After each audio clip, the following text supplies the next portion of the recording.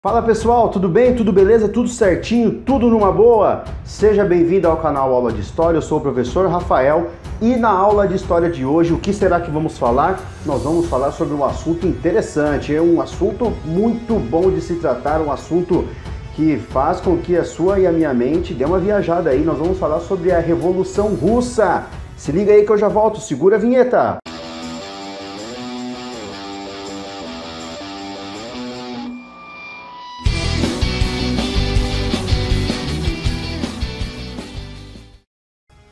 Provavelmente você já ouviu falar de um país chamado Rússia. É um país enorme, muito grande.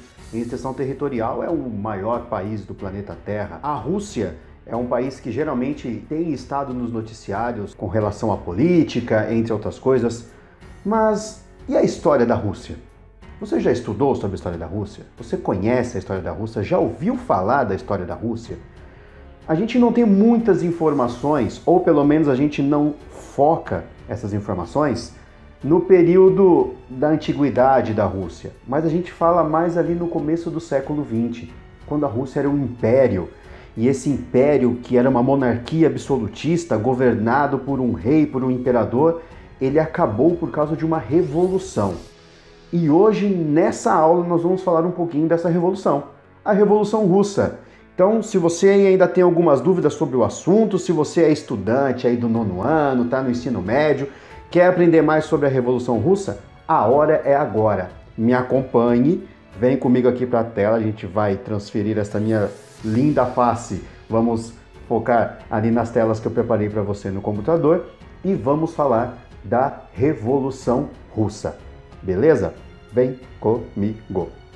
Muito bem, vamos direto ao assunto, vamos falar o que foi a Revolução Russa. A Revolução Russa foi uma revolução que ocorreu na Rússia.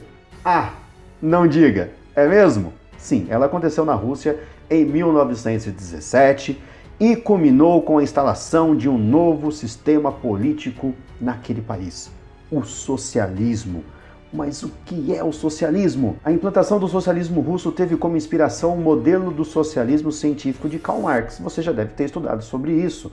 O Marx, ele não inventou o socialismo, mas foi ele que criou, juntamente com Engels, uma estrutura científica para basear os seus ideais. E no ponto de vista do Karl Marx, no Estado socialista, segundo esse modelo, seria abolida a propriedade privada. Mas antes da gente falar sobre o socialismo, precisamos entender um pouquinho sobre os antecedentes. O que aconteceu antes da Revolução Russa? Antes de 1917, a Rússia era caracterizada por ter um governo czarista ou czarista, ou seja, administrado por um czar ou czar, ou um imperador, para ficar mais fácil aqui para a gente compreender. Esse imperador tinha poder absoluto, era uma monarquia absolutista, e o Império Russo era um império gigantesco. E nesse contexto, a dinastia Romanov governava o Império Russo desde o início ali do século XVII. Olha só a fotografia da família Romanov, olha que bonitinho, o imperador, a imperatriz, os seus filhos, que acabaram morrendo no contexto da Revolução Russa. Bom, a grande maioria da população vivia da agricultura nesse contexto. As condições de vida dos camponeses eram péssimas, a maioria vivia em casebres, ou seja, em casas muito humildes, em condições miseráveis de vida. E em 1898 foi criado o Partido Operário Social Democrata Russo. Olha só que nome interessante, Partido Operário Social Democrata Russo, ou simplesmente o POSDR, que nesse contexto aí acabou se tornando a maior força que era opositora ao governo do czar Nicolau II. Esse partido, preste bem atenção nisso, meu amigo, minha amiga que está me ouvindo, me assistindo nesse momento. O Partido Operário Russo, ele se dividia em duas frentes distintas. E essas frentes são importantes para você entender a Revolução Russa. Os mencheviques e os bolcheviques, tá ok? Vamos entender cada um deles. Os mencheviques, a minoria. Como assim a minoria? Eles contavam com uma parcela menor de população ali, porém, de forma geral, eles representavam os interesses da burguesia.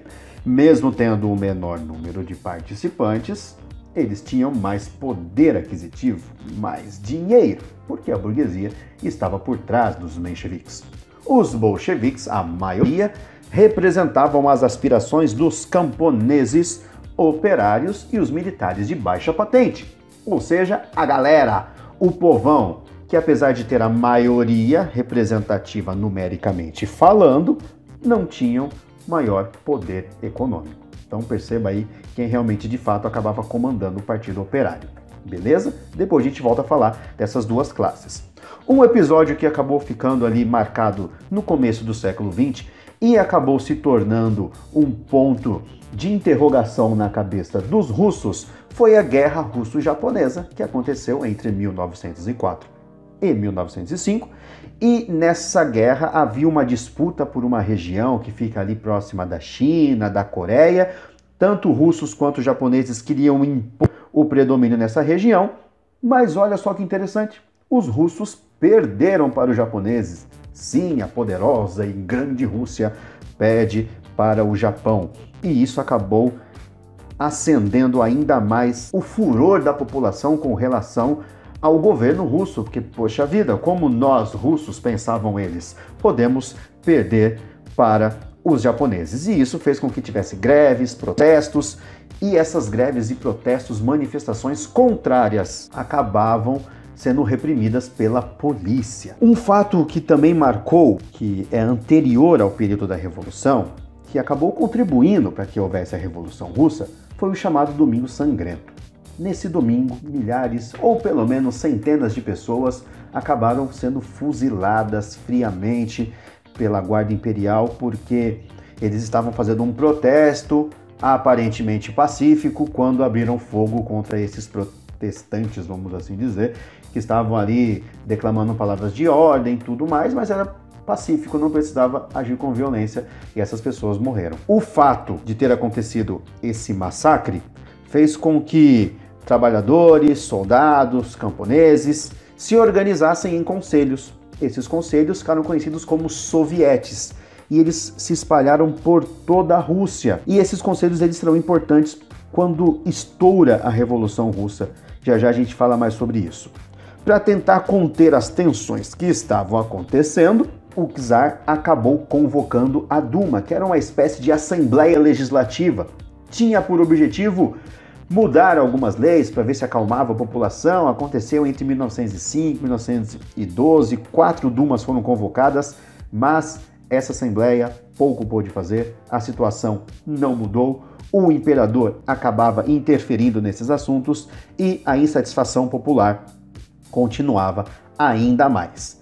É nesse contexto, quando a população já não está mais conseguindo se manter fiel ao imperador, que nós temos a Revolução Russa. Principalmente havia a crítica da participação da Rússia na Primeira Guerra, que nós conhecemos hoje como Primeira Guerra Mundial.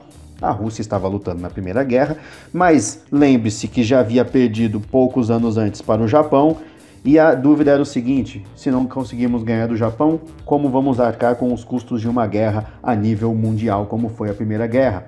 Nesse contexto, os sovietes cada vez mais fortes, até que em fevereiro de 1917, a massa popular se dirige ao palácio e invadem, saqueiam o arsenal, tomam o poder, o imperador Nicolau II não tem mais o que fazer a não ser abdicar do trono e o czarismo, a monarquia russa, chega ao fim e temos aí um governo provisório instalado sob a liderança de Georgy Lvov, que estava alinhado com os mencheviques. Por isso que nesse primeiro momento os mencheviques estão no poder na Rússia. Tá ok? Mas lembrando, era um governo provisório. Nesse contexto em que os mencheviques estão no poder, algumas lideranças russas que estavam exiladas retornam para a Rússia.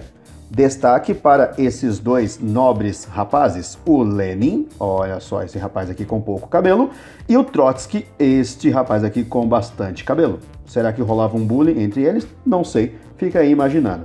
Mas nesse caso, quem se destacava era o Lenin, principalmente na luta para que os trabalhadores tivessem mais poder. Lenin foi um cara amplamente influenciado pelo socialismo de Karl Marx. Inclusive, é dele a famosa frase: todo poder aos sovietes. Mas o que será que o Lenin estava fazendo nesse contexto enquanto os mencheviques estavam no poder? Bom, ele acabou escrevendo as famosas Teses de Abril, que foram ações defendidas pelo Lenin. Aqui eu destaco 3 argumentos do Lenin nessas teses de Abril.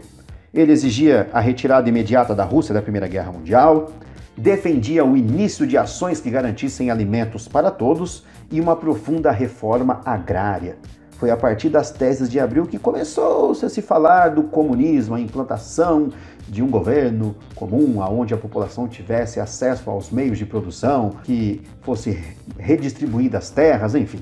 O Lenin começou a falar sobre esse assunto. Porém, os mencheviques ainda estão no poder. Percebendo a insatisfação, o governo provisório de Lvov passou a receber oposição dos bolcheviques. E nesse contexto foi escolhido um novo líder, o Alexander Kerensky. Ele assume o poder, que ainda estava em mãos mencheviques, e manteve a Rússia na Primeira Guerra. Grande erro. Por quê? Através dessa manutenção da Rússia na Primeira Guerra, os bolcheviques acabam não aguentando mais e o governo provisório menchevique se torna insustentável. É formada a famosa Guarda Vermelha, que era uma força militar bolchevique, e a formação dessa Guarda Vermelha faz com que há uma pressão para que os mencheviques se retirem do poder, e temos aí a formação do Governo dos Comissários do Povo, sob liderança bolchevique. É a partir desse momento que temos de fato a fase bem radical da Revolução Russa. O Lenin assume a liderança do governo e logo no início de 1918 eles assinam o Tratado de Brest-Litovsk. Eita, nome bom para enrolar nossa língua, hein? Que retira oficialmente a Rússia da Primeira Guerra. O Lenin se torna o grande líder da nação e, como não podia ser diferente, ele tenta implantar os ideais socialistas logo de cara. Tenta não, ele coloca esses ideais e isso faz com que tenha uma reação da burguesia. Por quê? Esses ideais socialistas, eles, entre outras coisas, eram contrários à propriedade privada. E os burgueses não queriam perder as suas propriedades. Então, a burguesia organiza ali um exército, o chamado Exército Branco, contrário ao Exército Vermelho bolchevique, e temos uma guerra civil na Rússia nesse período. Olha só, russos contra russos. Quem se torna vencedor dessa guerra civil é o Exército Vermelho, dando ainda mais poder para os bolcheviques e a implantação do comunismo na Rússia. Temos aí então os bolcheviques no poder, vitória dos revolucionários. A partir desse momento temos a implantação do comunismo, como eu já falei, temos a estatização de indústrias, temos também grandes casos de falências. Sim, falências. Por quê? Porque essas indústrias passaram para o poder dos operários, que apesar de entenderem do trabalho manual, muitos deles não entendiam de administrar uma empresa, vamos assim dizer, e grandes casos de falência começam a acontecer. É nesse contexto que o Lenin ele lança a nova política econômica. Ele promoveu a abertura da economia russa ao capital estrangeiro, olha só, né, indo contrário ao que dizia o comunismo. Até, inclusive, ele dizia que fazer isso era dar um passo atrás para dois passos à frente. Fato é, queridos, que ter investimentos estrangeiros fez com que realmente começasse a mudar a economia russa e o Lenin acabou, com isso, dando o primeiro passo para que houvesse a União das Repúblicas Socialistas Soviéticas, a famosa URSS. Na Rússia já havia sido implantado o comunismo, ou vários territórios que anteriormente pertenciam ao Império Russo, que com o fim da monarquia se tornaram independentes, acabaram se unindo à Rússia, formando uma união de repúblicas, todas elas socialistas, em 1922. A partir de então, a Rússia passa a se chamar União Soviética, e durante boas décadas, a União Soviética fica em destaque em guerras, em atritos com os Estados Unidos, nós vamos ver isso um pouco mais para frente, e realmente entra para a história como um território cheio de controvérsias políticas, vamos assim dizer. Bom, o Lenin, ele morreu. Depois da sua morte, houve ali uma disputa para ver quem seria o próximo governante, E quem acabou vencendo a disputa foi este simpático senhor do bigode, o Stalin, em 1928. Ele consegue vencer a disputa contra o Trotsky, e é nesse período que a União Soviética ingressa na fase do seu planejamento econômico, através dos planos quinquenais, ou seja, planos de 5 anos. A cada 5 anos, eles iriam investir em um setor específico para fazer com que esse setor crescesse, fazendo com que a Rússia crescesse nesse período. Isso levou a União Soviética a ser uma grande potência industrial, principalmente uma potência militar. O Stalin governou de 1928 a 1953, bastante tempo, de forma ditatorial, utilizando a violência para forçar a coletivização da terra. Ou seja, ele queria que a terra fosse um bem comum, que era um ideal comunista, mas usava a violência para fazer isso. Opa, Stalin, que é isso, meu querido? Usando de violência? Coisa feia. Olha só outra coisa bonitinha, entre aspas, que o Stalin fez. Perseguiu implacavelmente os seus opositores, a começar por Trotsky, que havia perdido para ele, foi banido da União Soviética. Em 1940, a mando de Stalin, o Trotsky foi assassinado. Ou seja, percebemos que mexer com Stalin não era lá uma coisa muito saudável para a vida dos seres humanos. Aqueles que eram considerados inimigos da Revolução acabavam, quando não mortos, isolados nos chamados gulags, que eram campos de trabalho forçado que existiam nas regiões mais geladas do território soviético. Imagine você, que delícia deveria ser trabalhar lá na Sibéria, onde não há sol, onde não há vegetação, somente gelo em cima de gelo. Sim, era isso que o Stalin mandava fazer contra os seus opositores.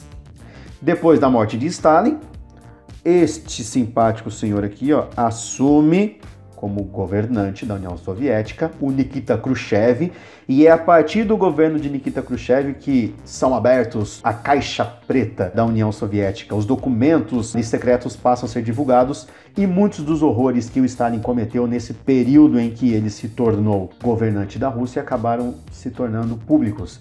E as pessoas entenderam que este socialismo, este comunismo, a propaganda que o governo russo fazia com relação à maravilha que era o comunismo não era bem assim. E você entendeu agora um pouco do que aconteceu na chamada Revolução Russa. Beleza? Já volto.